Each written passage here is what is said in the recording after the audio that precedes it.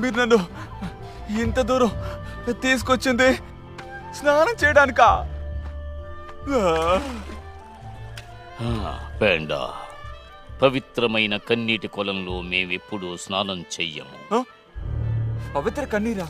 ఇక్కడే ఊగ్వే మర్మాలను బయటకు తీశాడు. ఇక్కడే అంతా జరిగింది. ఇదే నిజమైన కంఫు యొక్క జన్మస్థలం.